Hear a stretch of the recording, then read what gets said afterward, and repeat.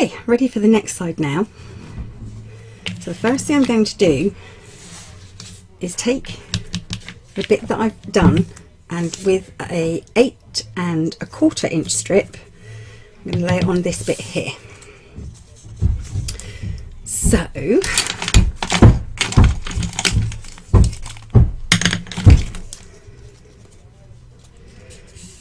fold, burnish, miter my edges slightly,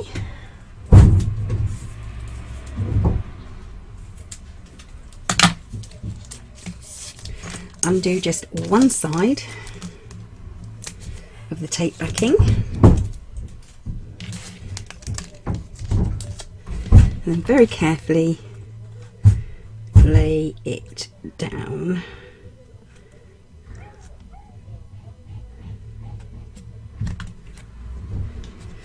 like so. Once again, apologise for the noises, but they're not my builders, the builders are outside building my house. So this piece here I'm now going to set aside for the moment. Let's go on to this bit here. So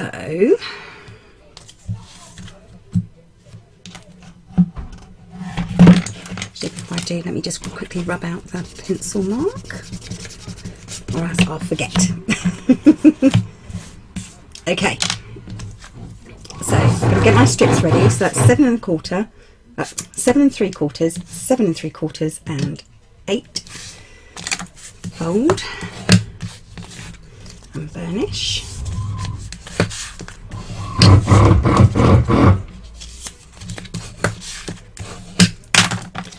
Miter my edges.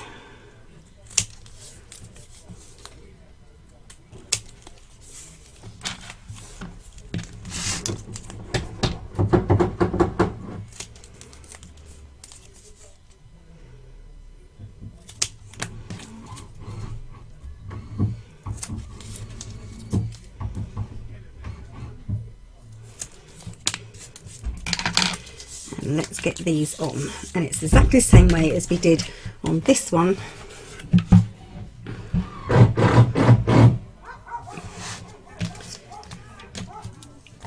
So going to undo one side. I'm going to turn it for the moment.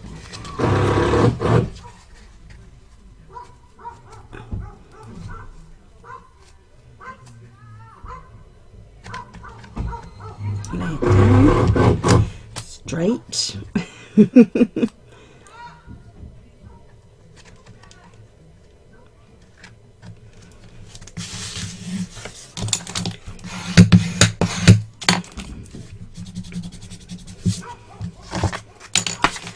Another 7 3/4 one on this side.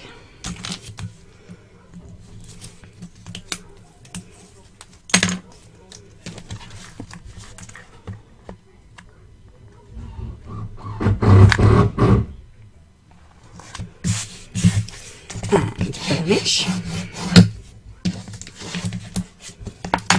And my 8-inch one on the other side.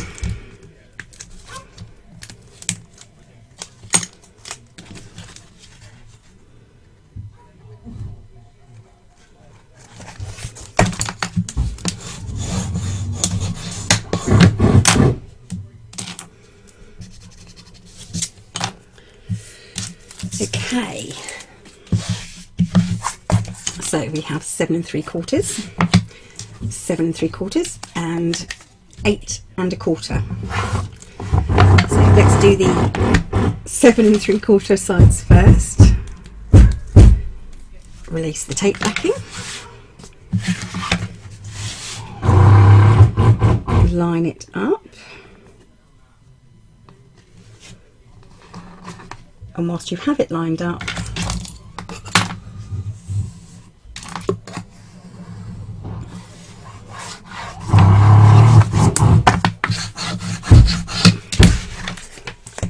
there we go. So you get this nice gap in between, and of course the gap that you have should be at least the width of your chipboard. So mine is 1/8 of an inch. Do this side, which is the other 7 3/4 inch side.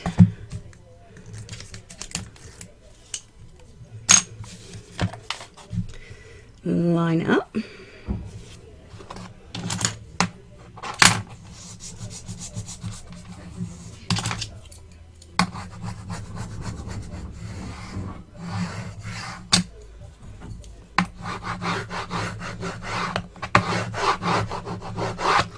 Burnish and let it drop. Finally, the 8 1/4 inch side. Remembering that you have a slight overhang if you're using the same size chipboard as I. 1/8 of an inch each side, and then once again fold it up and burnish well. There we go. Okay, so now we need the bits to go on the inside, and this is where I'm going to do it slightly differently.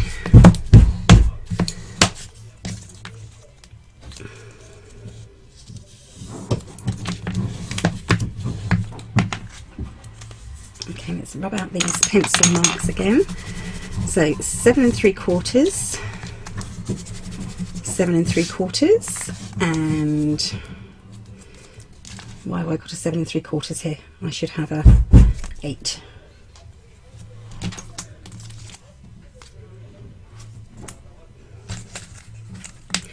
Okay, I need an 8. No, they're definitely all 7 3/4. So yeah, 7 3/4, 7 3/4, and I'm going to have to get a strip that's 8. Don't think it's over here. Nope. So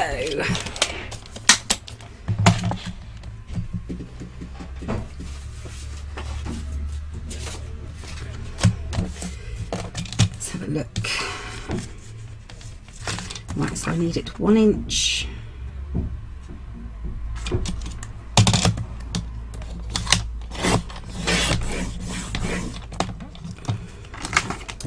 By 8 inches.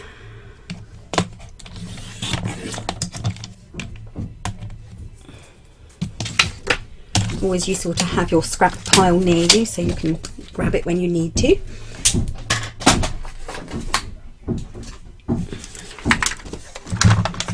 Onto my scoreboard.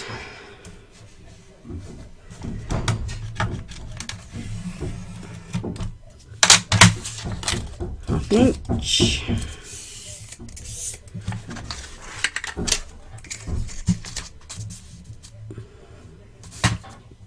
And let's get some tape.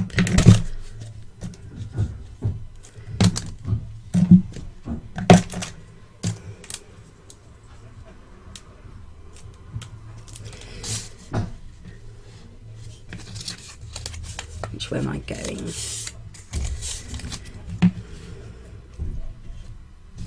Tape with cat hair.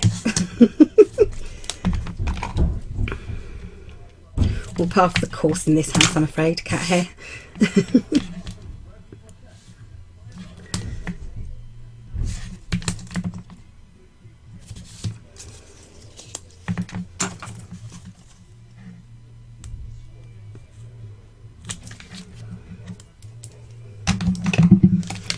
Okay, just quickly mitre my edges on here. I know that that's that one. Right, 7 1/4.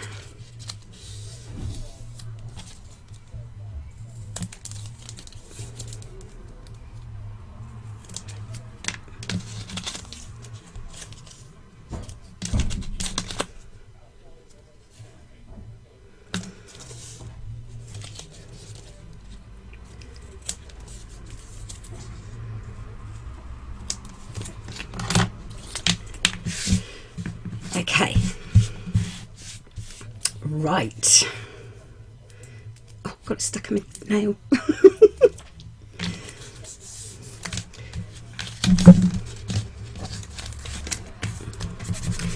Did I say 7 1/4? I did mean 7 3/4, obviously.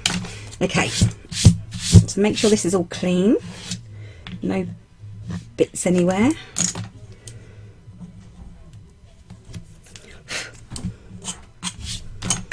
Okay, we can take the strip. Now I am only going to release one side, and I'm going to lay the crease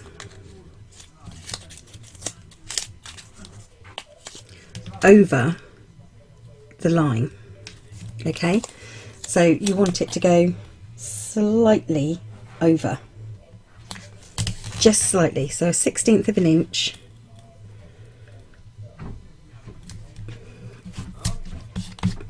A 1/16 of an inch over into the gap.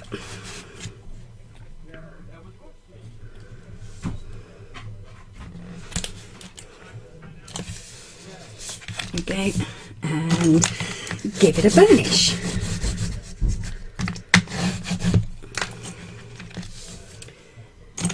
And when you know that's all lined up neatly,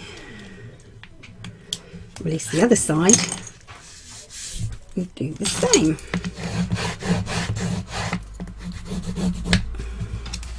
And then very gently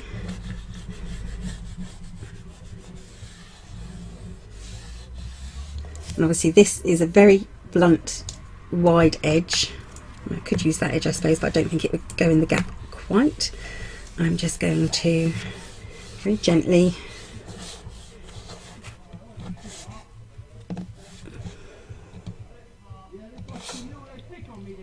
move this up like so.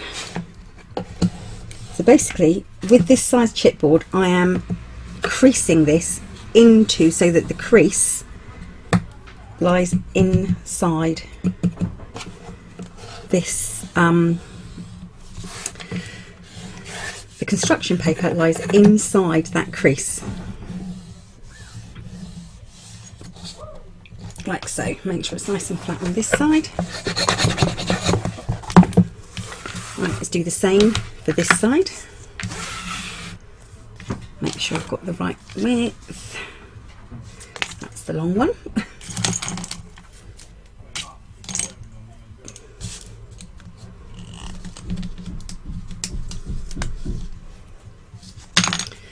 Once again,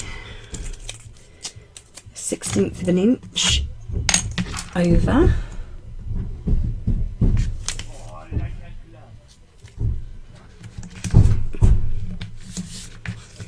Give that a quick burnish.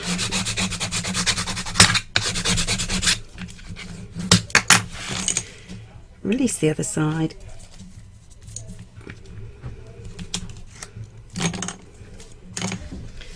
Lay it down gently. And same again.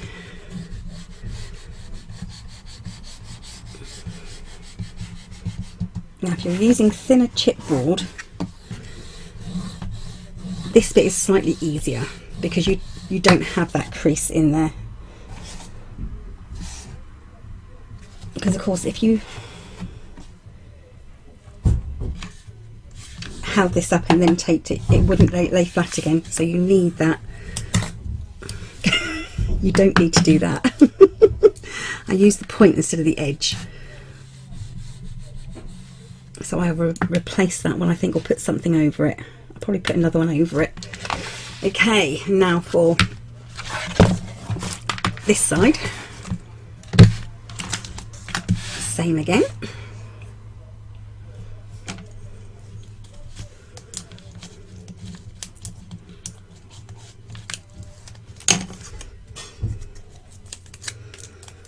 Hang it over by 1/16 of an inch.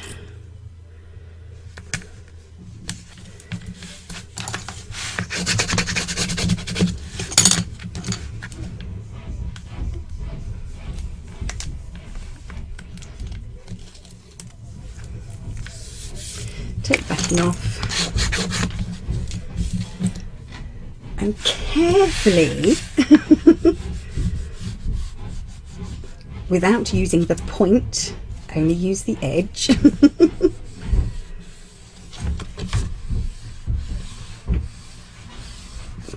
Encourage that one to go up. So what you'll have then is it should meet nicely like so. Okay, next we want to cover up once again these edges, so you need 4-inch strips here, here, here, here, here and here, so that's 6 4-inch strips. 1, I will find them, 2, 3, 4, for some reason I haven't done these,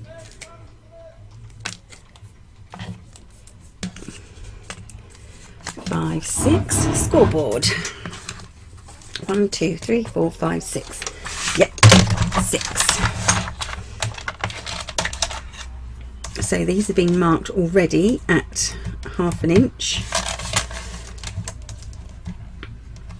So I want to go back in and mark them again.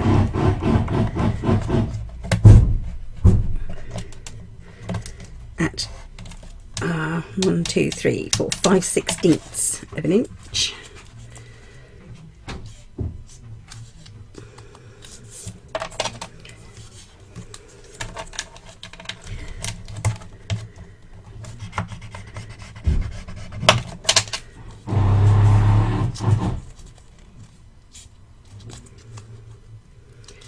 So you get that tiny 1/8 of an inch gusset.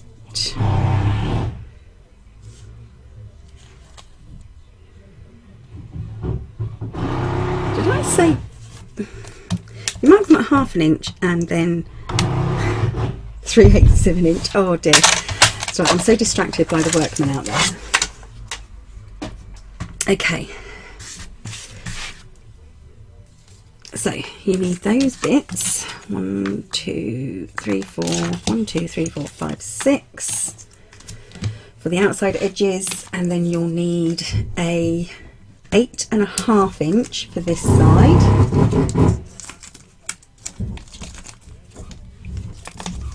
No, an 8.25 inch for that side.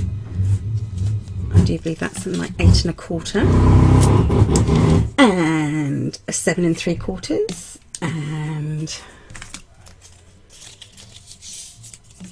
a 7 3/4, and I could reuse that bit. Save wasting it.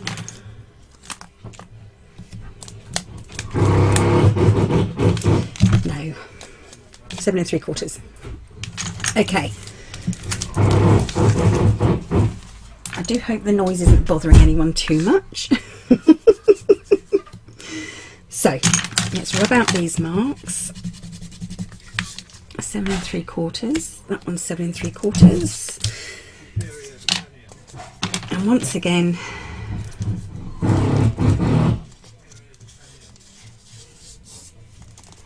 miter this only up the gusset, so you've got that straight edge in the middle.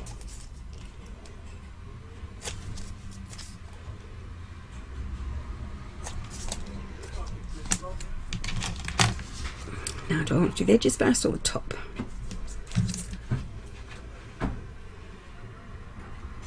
Which ones did I do there? I did the edges first and then the top. So I'll carry on the same here. I'm going to do the edges first. I will get there. So I'll show you one and then I'll come off camera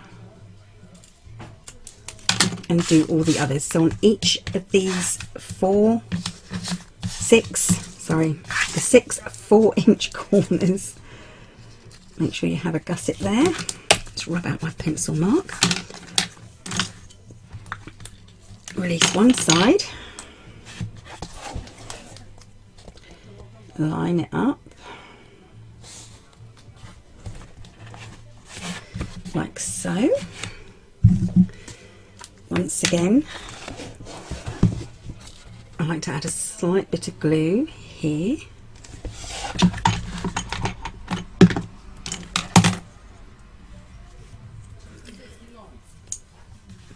take off the other side of the tape backing.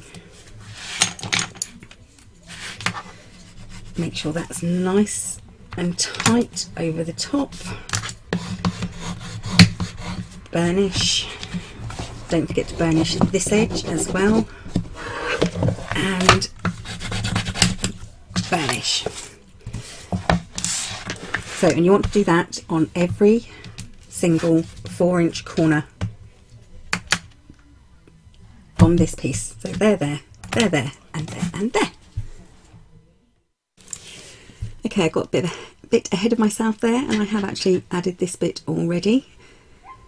And I'm having to re-record this because the sound's not working.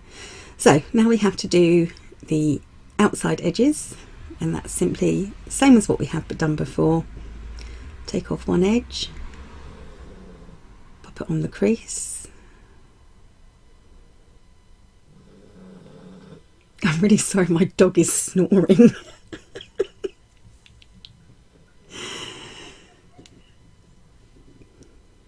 And the other side. Remember, you don't want to cover up those gussets, because those gussets have to go over the top of that chipboard to make it look neat.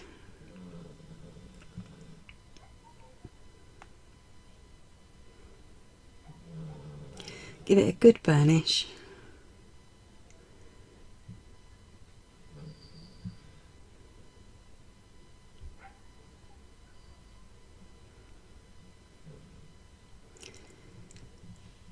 I'm just explaining here, there is a slight difference in size. Obviously the chipboard is a slightly smaller size, but that shouldn't make any difference. Okay, release that tape backing. Don't forget to add the glue to the gussets, which is what the glue is there for. Just so you want that, the top edge of that, of the paper where it folds over the chipboard, you really want it to stick well. So if you prefer to use a tape runner or tape, that would be fine. Crease up the top so it's nice and tight, and fold over so it gives a really good stick, and burnish. Not forgetting to burnish that top edge. And don't forget to burnish all those edges. Onto the other side, the glue's already on, so we just have to lift that and bend it over, and once again burnish.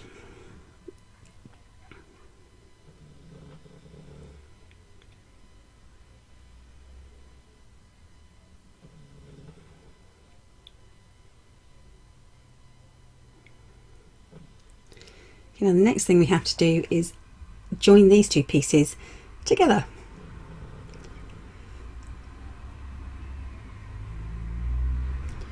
So now this tape edge is slightly longer than the piece it's joining onto.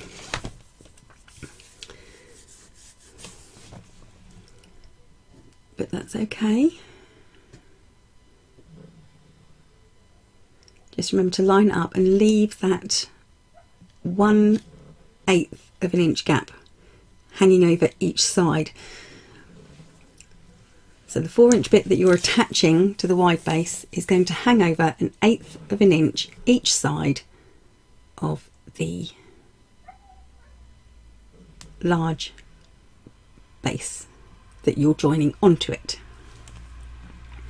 I'm just checking my measurements there.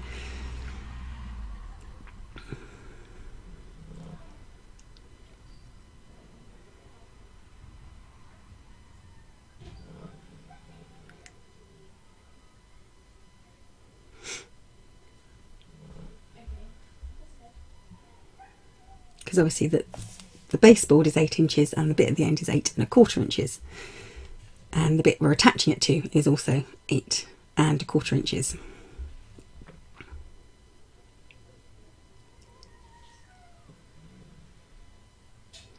So release that tape backing and then very carefully line it up so you do have that 1/8 of an inch overhang on either side. Now you are going to need a gap in the middle, and it has to be at least the width of your chipboard. So I'm putting a piece of chipboard in the centre there so I can sort of gauge the width that I need to leave.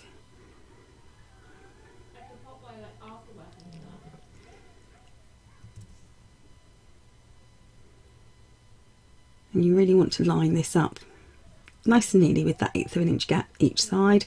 I obviously didn't, so let's try that one again.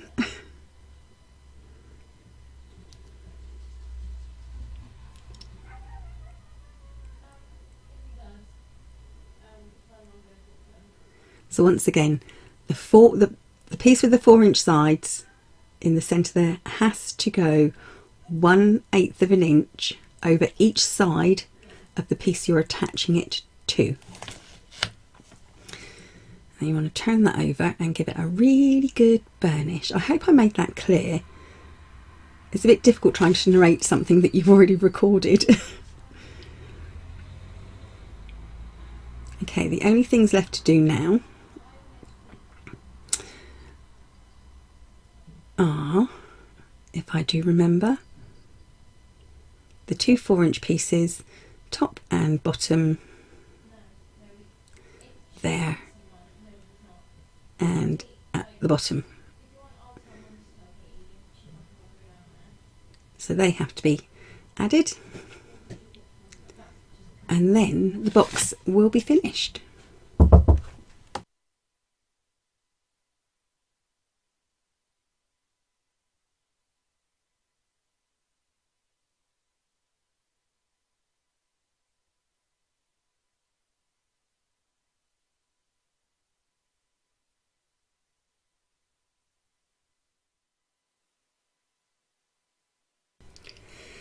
Right, now we're going to see if it actually fits together. So put the sides up first, because obviously the end part is slightly longer. And fold over the top. Will it fit? And yes, it does really well. It's a really sturdy box. Of course, that won't go in when there's something inside it. So there, really pleased with that. It's really sturdy. And yeah, should last a while.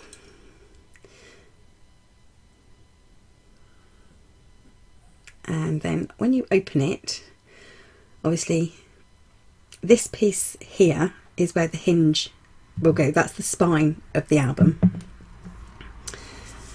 So, and if there's any little gaps that you can see the grey board through or the chipboard through, you can use paint or ink to cover it up. I shall be using paint on mine just to make sure it's, it looks good, and I want it to have that little sort of like that aged look, which hopefully will match the papers. Right, let's try and close this again. Sides first. Yeah, this is the easy way to do it. Sides first, and then lift up the front, close it up, and the fit is absolutely lovely. You can see there, it fits really well. Really pleased with that. So there we go. Thanks for watching, everyone. Bye for now.